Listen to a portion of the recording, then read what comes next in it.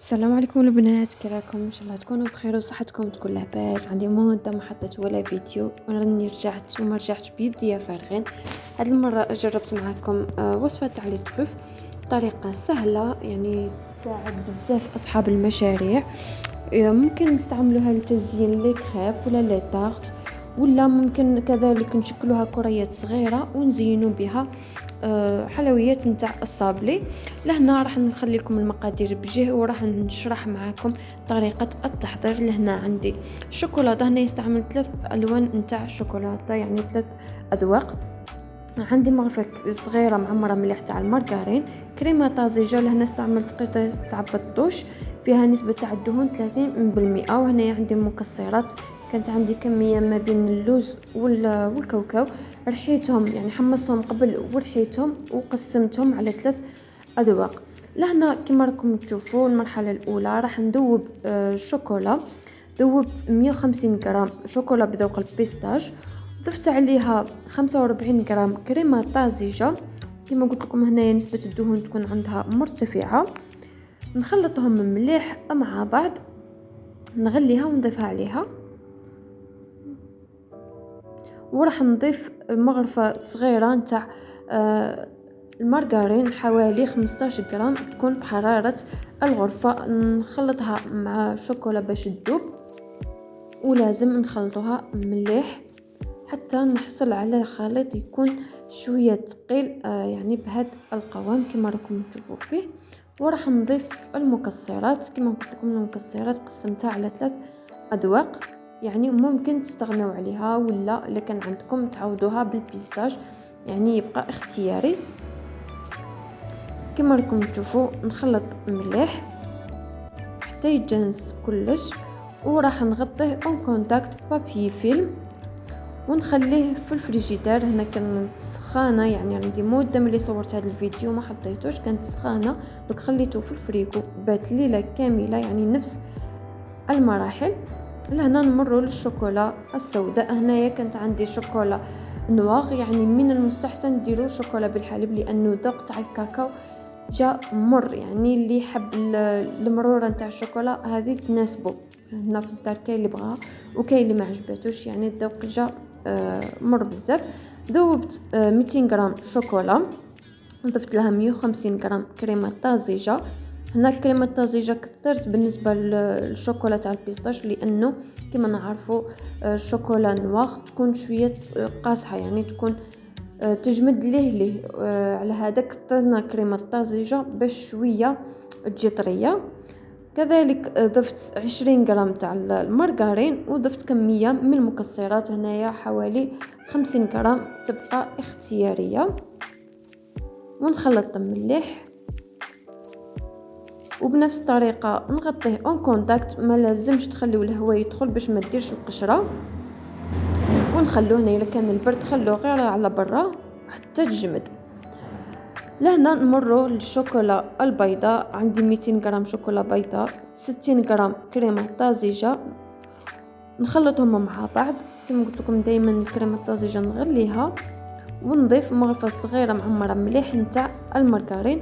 هنا من نكون نخلط الشوكولا تبان وكانه الوصفه خسرت، ولكن هي تجي كما هكا، لازم تخلطوها مليح باش نتحصلوا على النتيجه.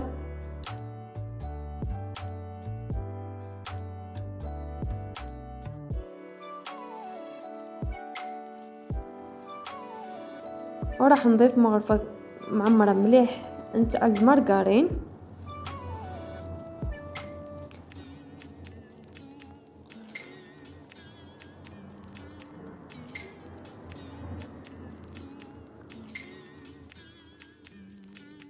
شوفوا كيفاش دقت هذاك الليدام تاع المارغرين على هذاك، لازم تخلطوها مليح باش يتجانس. وراح نضيف الكميه نتاع المكسرات،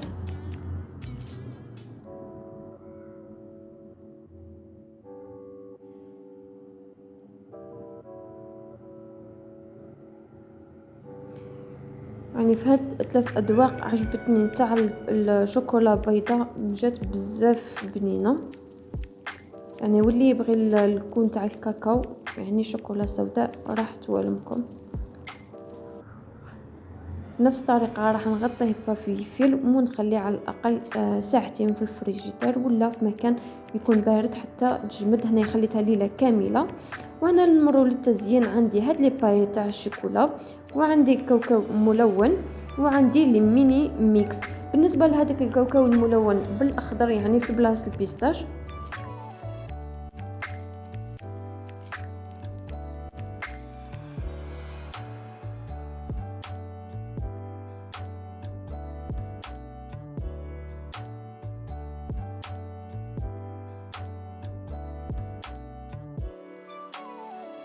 ونجي نوزن الكريات نتاوعي. لهنا درت حوالي من 25 غرام حتى ل 30 غرام. هنا يشكلهم كما بغيتو، ونبقاو نشكلوهم بهذه الطريقه حتى يبدا يطلق في هذاك الليدام. باش تشد روحها في الاول تجيكم قاصحه، ولكن ما تخافوش، غير تبقاو تكوروا يبقى يطلق الليدام باش يشدوا فيهم هذوك لي بايات ولا المهم باي حاجه تبغوا تزينوا بها. فوالا نحاولوا نغطيو كامل هذوك الفراغات.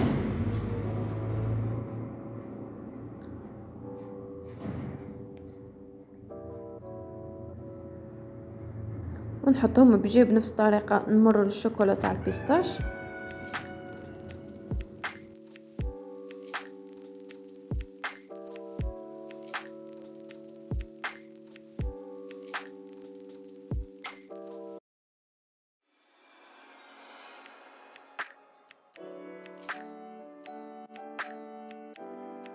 نشكلها كريات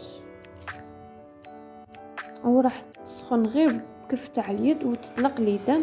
بهذاك الليدام راح تشد روحها مليح بالمكسرات. في المكسرات هنايا شوكولا بيضاء كذلك، هنايا صغرتها شويه ما كبرتهاش كيما شوكولا نوار وشوكولا فيرت.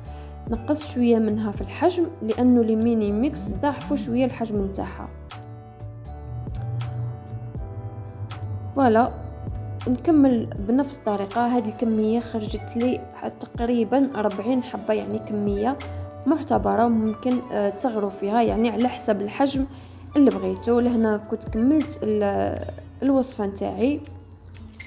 الشكل نتاعها جا رائع والذوق نتاعها خرافي، يعني اكيد راح تعجبكم. جربوها ما راحش تندموا. لهنا وصلنا لنهاية الفيديو. ان شاء الله تجربوها وان شاء الله تعجبكم. خلوا لي رايكم في التعاليق، والى فيديو اخر ان شاء الله.